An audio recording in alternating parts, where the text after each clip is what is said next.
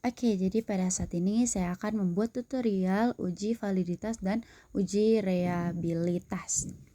Nah, pertama-tama ini untuk data respondennya sudah saya pindahkan ke sheet yang baru. Jadi sekarang tinggal membuat totalnya dengan rumus sama dengan sum.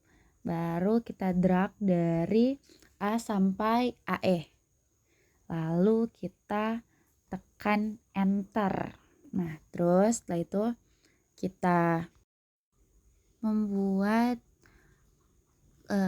seluruh total dari keseluruhan item.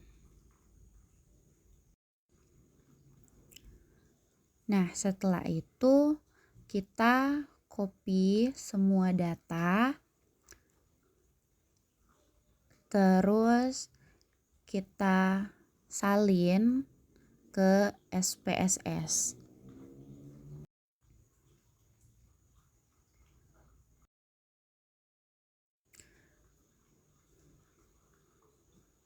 Nah, setelah muncul seperti ini, kita tekan variable view. Lalu kita ubah desimalnya menjadi 0.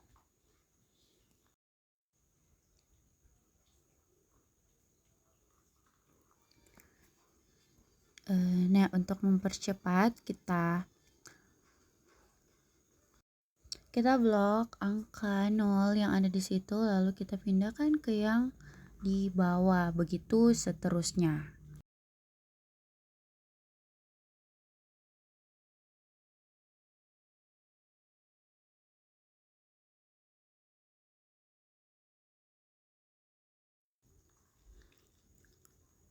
Oke, selanjutnya kita tekan name. Baru setelah terblok semua, kita tekan Ctrl F, tekan replace. Di bagian kotak find kita ketik var 00, di kotak replace with kita ketik item, lalu setelah itu replace all.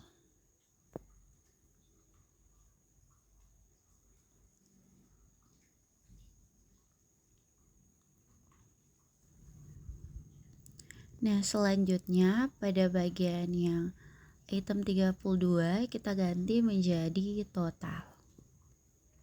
Nah, selanjutnya kita pergi di bagian measure, lalu kita tekan unknown-nya menjadi scale. Kita lakukan seperti itu sampai di bagian paling bawah.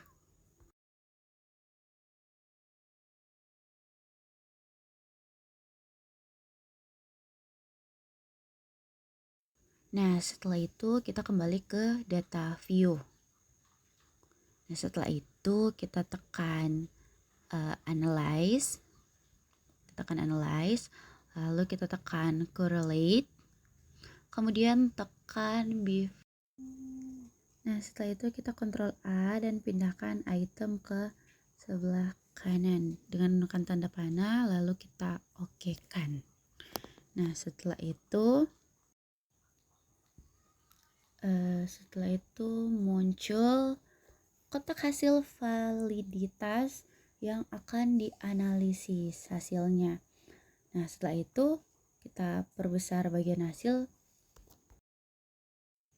dan setelah validitas item didapatkan, buang item yang tidak valid dan cek reliabilitas item yang valid. Nah, kita sekarang masuk pada uji reliabilitas. Nah, kita menggunakan data yang sama seperti yang tadi. Jadi, kita langsung tekan analyze, kita cari scale, lalu reliability analyze. Nah, setelah itu kita Ctrl A pada bagian ini, kita Ctrl A di bagian daftar item, lalu kita tekan tanda panah ke kanan. Nah, setelah itu kita cari yang bagian total yang paling bawah.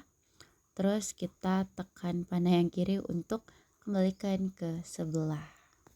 Nah, setelah itu kita tekan statistik, kita centang scale if item deleted, lalu kita tekan continue dan pilih model alpha, lalu kita okekan. Nah, lalu data ini dikatakan reliable ya, karena dia Cronbach alfanya 0,780, sedangkan pada kriterianya jika Cronbach alfanya di atas 0,7 maka hasilnya itu reliable.